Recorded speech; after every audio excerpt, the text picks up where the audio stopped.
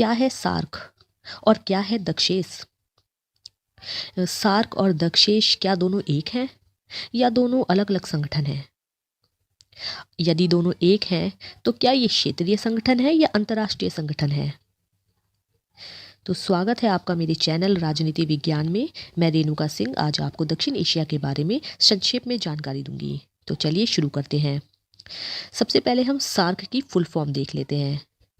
SAARC को English में कहा जाता है south Asian association of regional cooperation. जैसे कि नाम से पता चल रहा है कि ये एक रीजनल यानी कि एक क्षेत्रीय संगठन है, यानी कि एशिया के दक्षिणी हिस्से में जो देश शामिल हैं ये उन देशों के विकास के लिए, उस क्षेत्र में जितने देश आते हैं उनका विकास करने के लिए सामाजिक, आर्थिक, राजनीतिक ये बनाया गया। हिंदी में इसे दक्षिण एशियाई क्षेत्रीय सहयोग संघ कहा जाता है और हिंदी में यदि इसकी शॉर्ट फॉर्म देखी जाए तो इसे दक्षेस कहेंगे। चलिए इसकी स्थापना देख लेते हैं। इसकी स्थापना 8 दिसंबर को 1985 में दक्षिण एशिया के 7 देशों ने मिलकर की। कौन कौन से हैं ये 7 देश? इसमें आ जाता है भारत, पाकिस्तान, बांग्लादेश, श्रीलंका, नेपाल, मालदीव और भूटान। ये 7 देशों ने मिलकर 8 दिसंबर 1985 को सार्क यानी कि दक्षिण एशियाई क्षेत्रीय सहयोग संगठन की स्थापना की। इसका मुख्य जो उद्देश्य था वो क्या था? दक्षिण एशिया में क्षेत्रीय सहयोग को बढ़ावा देना। आगे चलते हैं। दक्षेस की स्थापना को अगर थोड़ा और गहन तरीके से देखें और थोड़ा डीप जाएं तो हमें काफ़ी कुछ समझ में आएगा। इसमें भी काफ़ी चीज़ें मैंने कट कर दी हैं क्योंकि बहुत ज़्यादा डीप हमें याद नहीं रहता है। तो मेन मैं आपको बता रही हूँ।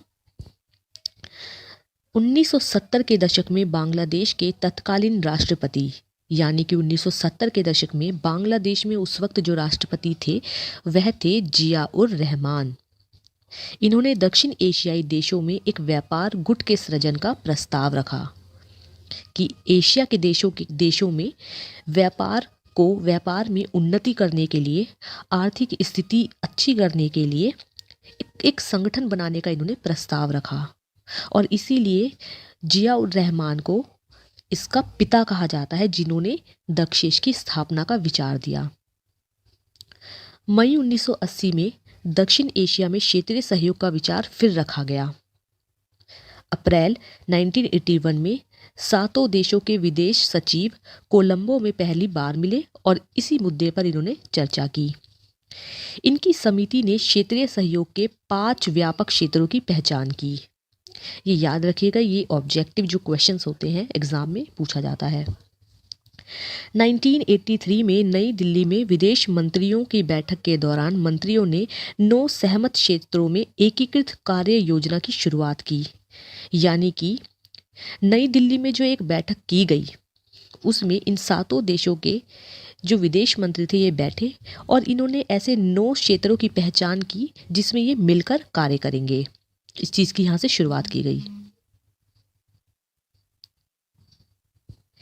दक्षिण एशियाई क्षेत्रीय सहयोग संगठन यानी कि दक्षेस स्थापना 8 दिसंबर 1985 को बांग्लादेश, भूटान, भारत, मालदीव, नेपाल, पाकिस्तान और श्रीलंका के प्रमुखों ने चार्टर को औपचारिक रूप प्रदान किया, जो कि मैं आपको पहले पेज पे बता चुकी हूँ। मेन जो इसकी स्थापना हुई है वो 8 दिसंबर 1985 को हुई है और इसकी शुरुआत करने का श्रेय किसको जाता है? यह जाता है जिया-उर-रहमान को, जिन्होंने 1970 के दशक से इसकी शुरुआत कर दी थी कि दक्षिण एशिया के देशों के लिए एक ऐसा संगठन बनाया जाए जो कि दक्षिण एशिया के देशों की आर्थिक स्थिति को, व्यापारिक स्थिति को ऊंचा करे, उसको उठाए।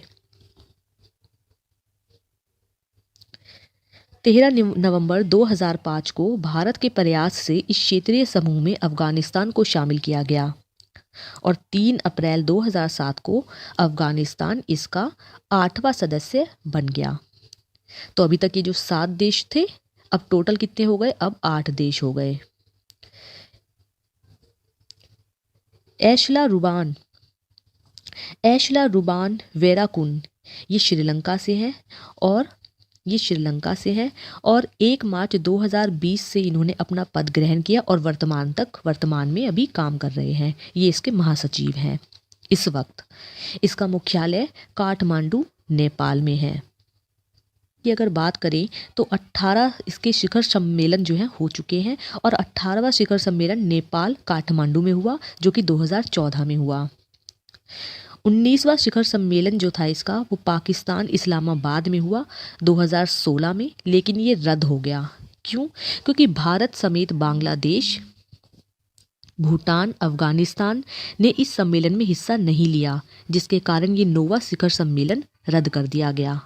अब 20वां शिखर सम्मेलन का आयोजन प्रस्तावित है कि ये पाकिस्तान में इस्लामाबाद में होना है, लेकिन इसके भी रद्द होने की संभावना है। कारण यही कि पाकिस्तान जो है वो आतंकवादी गतिविधियों में संलग्न है। पाकिस्तान जो है विकास के कार्यों में संलग्न नहीं है। तो भारत, बांग्लादेश, भूटान, अफगानिस्तान जैसे देश पाकिस्तान में ऐसे सम्मेलनों में भागीदारी नहीं देना चाहते। सार्क के मुख्य उद्देश्यों की अगर बात करें, उद्देश्य तो एक ही है, मेन उद्देश्य तो एक ही है कि दक्षिण एशिया में जितने भी देश आ रहे हैं उनका विकास करना, सामाजिक, आर्थिक, राजनीतिक, तकनीकी विकास करना, उनके व्यापारिक स्थिति को अच्छा करना, लोगों के रहन सहन को अच्छा करना। लेकिन लाइन से हम पढ़ लेते हैं। इसका एक पहला उद्देश्य है दक्षिण एशिया के लोगों के कल्याण को बढ़ावा देना और जीवन के गुणवत्ता में सुधार लाना, यानी कि इन देशों में रहने वाले लोगों का कल्याण हो, इनके जीवन की गुणवत्ता में सुधार हो। सभी व्यक्तियों के आर्थिक, सामाजिक, सांस्कृतिक क्षेत्रों में अवसर प्रदान कर विकास की ओर कदम बढ़ाना, यानी कि वही हर व्यक्ति की इस आर्थिक, सामाजिक और सांस्कृतिक क्षेत्र में विकास हो।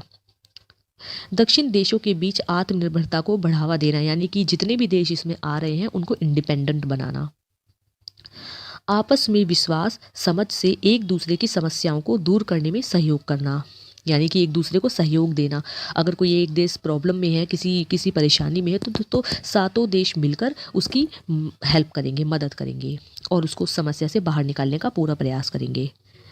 अन्य विकासशील देशों के साथ मिलकर सहयोग को मजबूत करना, यानी कि जो दक्षिण एशिया में जो देश आ जाते हैं ये विकासशील देशों की श्रेणी में आते हैं और इसका उद्देश्य क्या है कि अन्य विकासशील देशों के साथ मिलकर सहयोग को मजबूत करें ताकि विकासशील देश विकसित देश की श्रेणी में जा सके। समान उद्देश्यों के साथ अंतर्राष्ट्रीय और क्षेत्रीय संगठनों का सहयोग करना, यानी कि अंतर्राष्ट्रीय और क्षेत्रीय संगठन। अंतर्राष्ट्रीय संगठन यूएनओ को आप मानकर चलिए, क्योंकि यही है हमारे पूरे विश्व में जो सबसे सफल है और बहुत ही शक्तिशाली, स्ट्रांग है। और क्षेत्रीय संगठनों का सहयोग करना, यानी कि अन्य जो क्षेत्रीय संगठन हैं जैसे कि यूरोपियन यूनियन है, आसियान है, इनके साथ सहयोग करना। सार्क के सहयोग के क्षेत्र कौन कौन से हैं?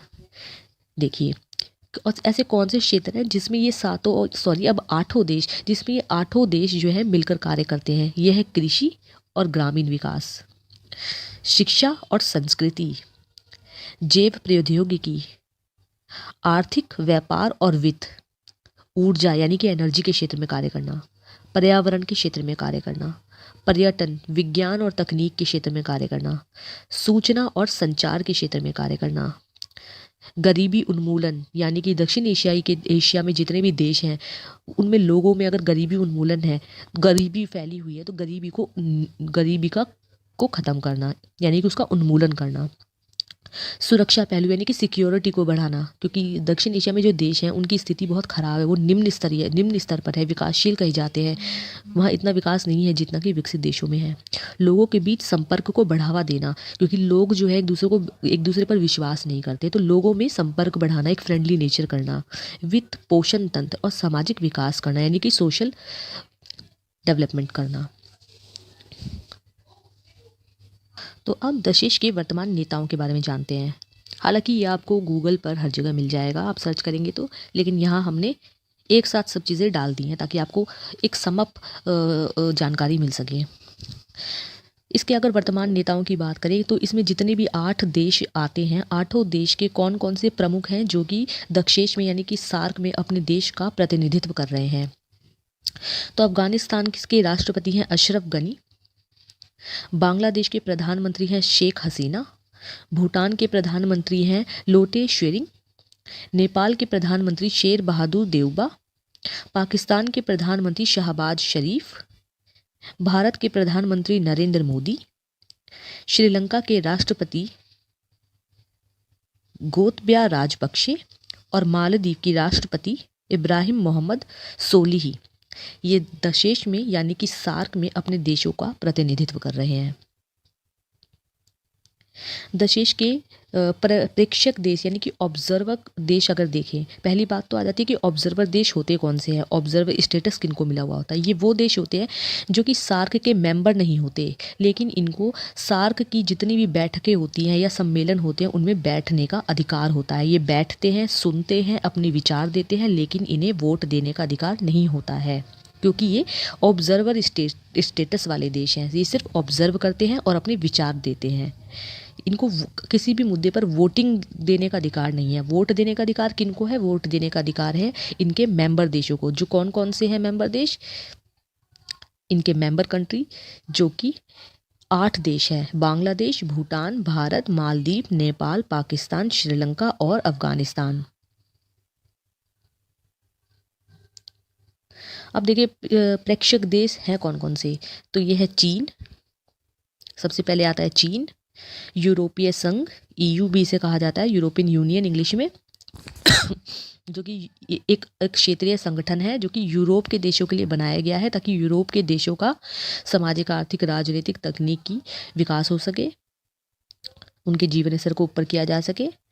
उसके बाद आते हैं ईरान, जापान, मॉरिशस, म्यांमार, दक्षिणी कोरिया और संयुक्त राज्य अमेरिका। ये सिर्फ ऑब्जर्वर के रूप में बैठकों में, सम्मेलनों में बैठते हैं, मतलब इनके प्रतिनिधि। तो उम्मीद है आपको सार्क के बारे में संक्षेप में थोड़ी जानकारी मिली होगी। तो धन्यवाद।